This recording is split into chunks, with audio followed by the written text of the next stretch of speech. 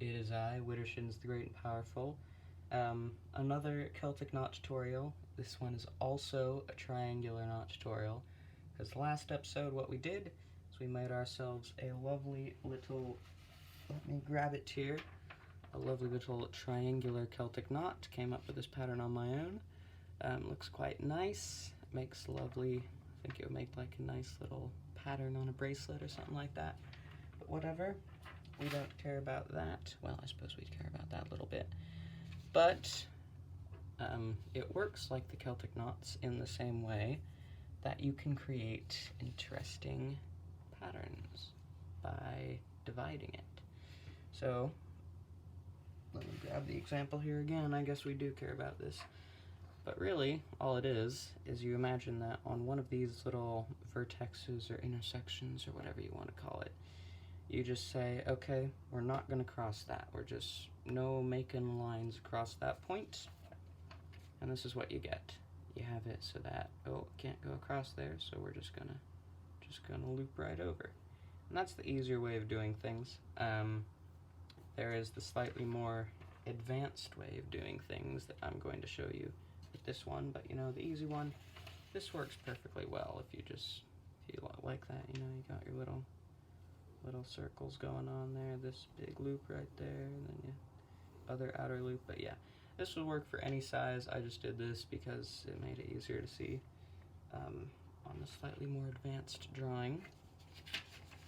So that one, this one.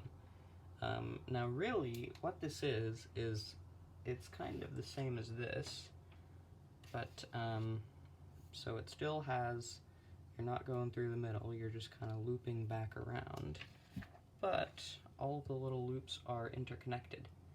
So as you can tell, it's still just one loop, but all of the loops kind of cross over each other and intersect, which I think makes it just a little bit more interesting than your standard triangular Celtic knot, which in itself is already pretty unusual. But I think what I'll do for this is I'll go around in a time lapse. I know, fancy.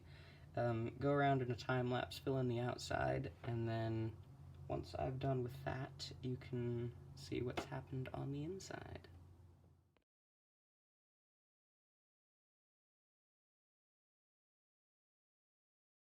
Okay, so there we go. We're all finished filling in the outside. You may have seen me hesitate in a few spots just because I had to do some logical maneuvering around the hole in the middle, because it turns out it's hard to figure out a pattern when there is a large section of it missing. So now we're going to fill in the middle bit right here. Of course, there's always the easy way out, which is perfectly acceptable in this situation, where you just kind of, oh, there's a car outside being very loud. Shush, car. Why don't you just be quiet, you know? So you just kind of connect up 3 pairs of connections, just like that, and a little hexagon in the middle. So that makes sense, I guess, hopefully. But then there's the slightly more complex version where it looks like there's this little sort of knot going on in the middle. It's still 3 individual loops. There's one loop just like that, there's the other loop, there's the other loop. I'll show you the 3 loops on the original. We have, there's a loop, there's a loop, there's a loop interconnected with some other larger loops. But none of them tie into each other. They're all just kind of holding on to each other, I suppose you could say. So I'm going to try and show you how to do that. Hopefully I've figured this out in an intuitive way. Don't know if I have, but it starts with a triangle. So we'll make 3 little points right here. It doesn't matter if they're very perfect, but it should be roughly equilateral. So we have our triangle, and what we're going to imagine is that there is a ribbon coming in from this way, and a ribbon coming in from this way, and a ribbon coming in from this way. Kind of like that's the arrowhead. But what we're going to do is we're going to put a line right along there, which will be the leftmost side of this ribbon, coming in just like that. And then I suppose you kind of rotate it, go along those 2 points. That'll be the leftmost side of that ribbon coming in. Rotate yourself again, and that will be the leftmost side of that ribbon. And now we've kind of created this thing where all of the ribbons are supporting each other. They're all holding on to each other, just like that. But, of course, we don't want these going through, because that would mean that, well, they're just making connections across, and we said we specifically didn't want to do that. So what we're going to do instead is we're going to make our little ribbon thing here, just like that. Da-da, ribbon thing complete. It's pretty easy once you get the hang of it. And we're going to say, okay, if you aren't going to go forwards, then you're just going to turn yourself around. Alright, then you do that for all the ribbons. Let's see, this guy is not going to go forward, so he's just going to turn himself around, just like that. That guy's going forward, he's just going to turn himself around. Alright, perfect, and then you just go back home. Just like that. So this is kind of, it's very confusing when you first look at it, but if you kind of take a moment to stare at it and dissect its parts, it becomes a little bit clearer. But that is what we're going to be putting in the middle of our triangle. I highly recommend you do it in pencil first, just because it makes it a lot easier to understand. So we're going to imagine there's a beam coming in from that way.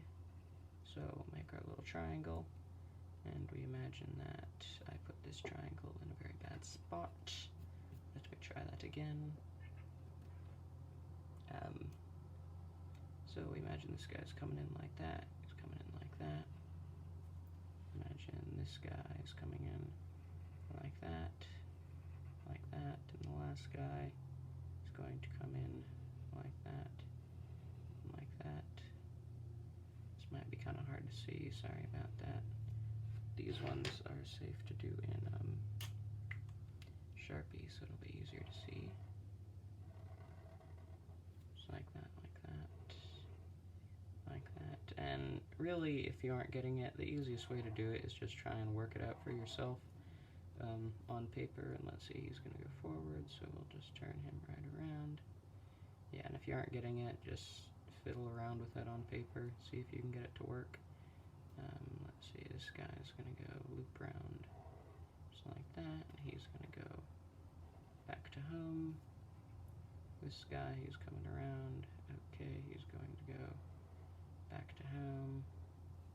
This guy's coming around. Alright, he's going to go back to home. And there you have it. You have 3 loops that are all interconnected, just like that. And you go ahead, you erase your lines. I'll mute this part just because it's loud.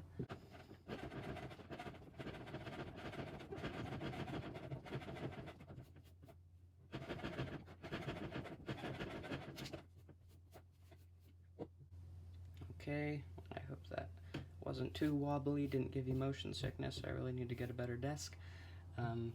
But yeah, there you have it. That is your interconnected, slightly more interesting version of the